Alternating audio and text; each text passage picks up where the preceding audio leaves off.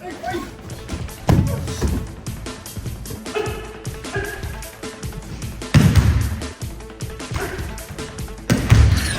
welcome back to Aiki Insights. We're going to continue with the uke series, or the base series, where uke makes sure that they have a base at every stage of the technique so that they can escape or defend or not just become a floppy piece of meat, but actively think through the process of the technique that's being applied to them and where the possible areas to exploit are. So we're going to look at shomen geri ikkajo, or karate mochi ikkajo today, and what uke should be perhaps thinking through as they're having this technique applied to them. All right. So I'm going to be uke. Stuart's going to do the technique. I'm going to we'll do shomen geri, front kick, or mae geri from some people. Ikkajo. Now we know that ikkajo is all about, it means first control, but essentially it's about rotating the shoulder. So anything that has a rotation of the shoulder in this fashion can be seen as ikkajo. So from here I'm kicking for him. He's first going to evade. One. Then I find myself in the ikkajo position. Now here what he wants to do is take me down from here. Okay. Okay. But it's important that I find at this point either have my base here, or 3 points of reference for base. Either or. I need to be based here and active. If I'm a floppy piece of meat, then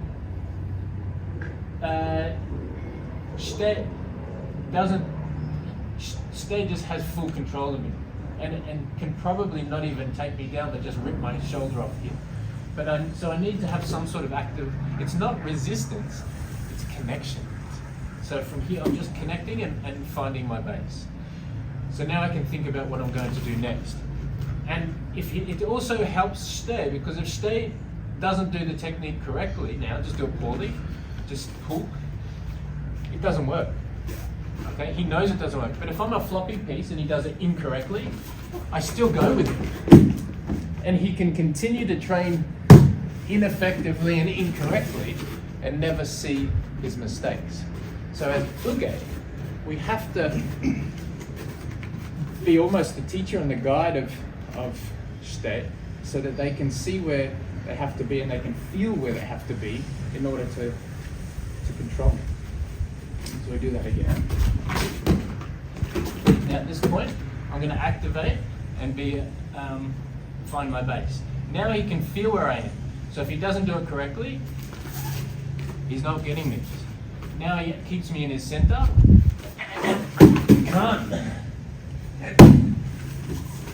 Okay, so that's the one side of this training that aids, it's mutually beneficial. Now to the uke, thinking through where you might exploit. Cool. Now at this point I'm referenced. Now if Shite is not up to the test here, I can just let me up for a sec. I can do a hirike no yosei movement to control uke's arm and change. So he has me in, turn this way for this benefit of this. He has me in this here. All I need to do is think about using my elbow power here and moving from my center, so here. Okay. What I'm doing is with this hand, I'm cutting, but I'm cutting from my hip. I'm cutting here. So now I have uragarami. Then I just shift and throw. So from this position, my outside hip and my hand are in unison. So it's like here. Hirike no yosei, shift. Okay, I'm using hirike no yosei power here. One, hirike no yosei power. Then straight away his posture is broken. then just shift further and cut down through the shoulder that you've got locked. From this side.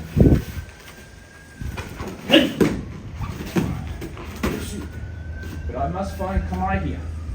Then down. Just let them go though, because there's quite a bit of tension on that shoulder. So be careful with each other. Maybe from this way.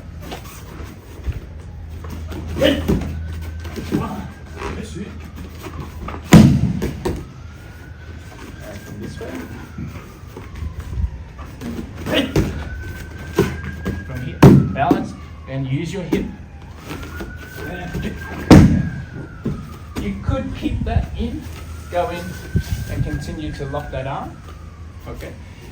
There's plenty more extensions you could do from there, I'll say, but for the benefit of what we're doing today, I just want to show how you can move in that position.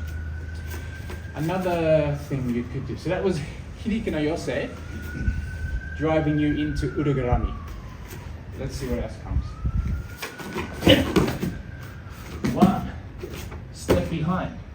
Then from here, just drop down, come up, and I have sokome nirimi nage. 1, 2.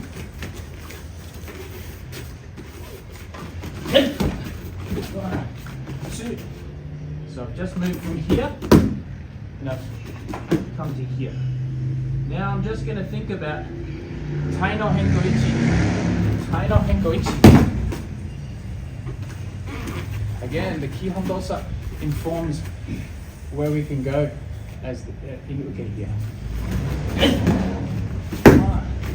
1, 2. I'm going to drive from here. I'm also collapsing this leg here as I move into tai no henko-ichi. Now we have to be careful with uke here because they're going over your knee. Just place this across their belly. Keep this locked in place. Then just sokome nirimi nage.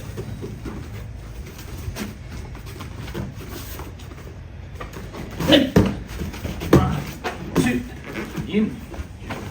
Sokome nirimi nage.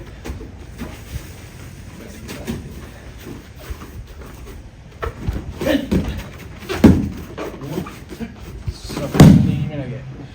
The more simple it feels, the more correct you're doing it. If I'm having to feel like I'm muscling him, I'm not doing it correctly. It should feel almost effortless. All I'm doing from this position is positioning myself, then finding my kamae through the Kihon dosa. Kamae, then into sokome, and then I'm just moving. It should be effortless. Yeah, I'm just effortlessly moving. What's your sense? Certainly, whenever that back knee becomes collapsed, it very much changes my posture. I have really no power to maintain up with it. Do you feel a lot of tension and No. stress? Not at all. And that's really important, I think. If uke is feeling a lot of tension in you, then you probably need to reassess what you're doing. You haven't engaged the Kihon dosa properly. So if Shite has good kamae,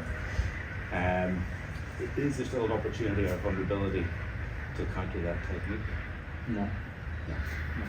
The only thing available is for uke to think about where the possible vulnerabilities are if Shite is not good enough. But if Shite is on their game, there's no way. So, for example,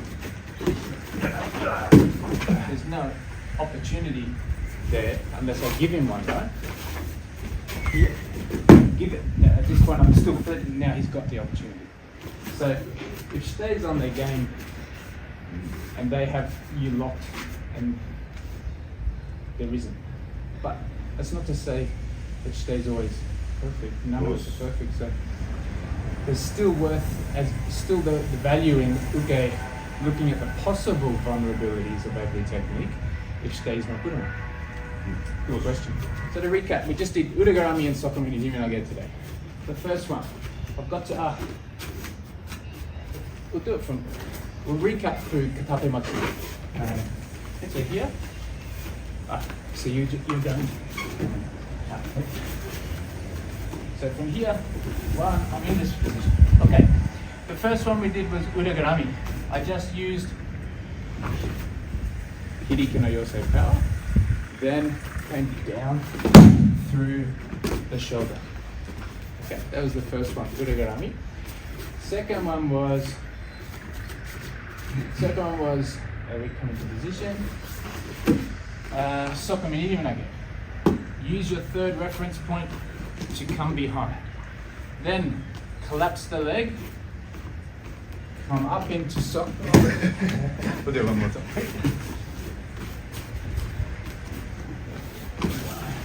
Into this position. Slip. Now collapse the leg, but don't do it as separate parts. Do it as transition into your Sokomi, which is like the Kihon Gozo. High no ankle. But you're just doing it on your knee. And the other one was Hideki no Yosei. Shift. Shift. Shift. Shift. Okay? So the more we do our Kihon Dosa, the more opportunities we open for ourselves in what we can think through as uke, in the different junctures of every technique in the Kihon Waza. Hope you enjoyed today with both shomen geri and katemochi ikkajo, and then uke's positions within those. See you next time.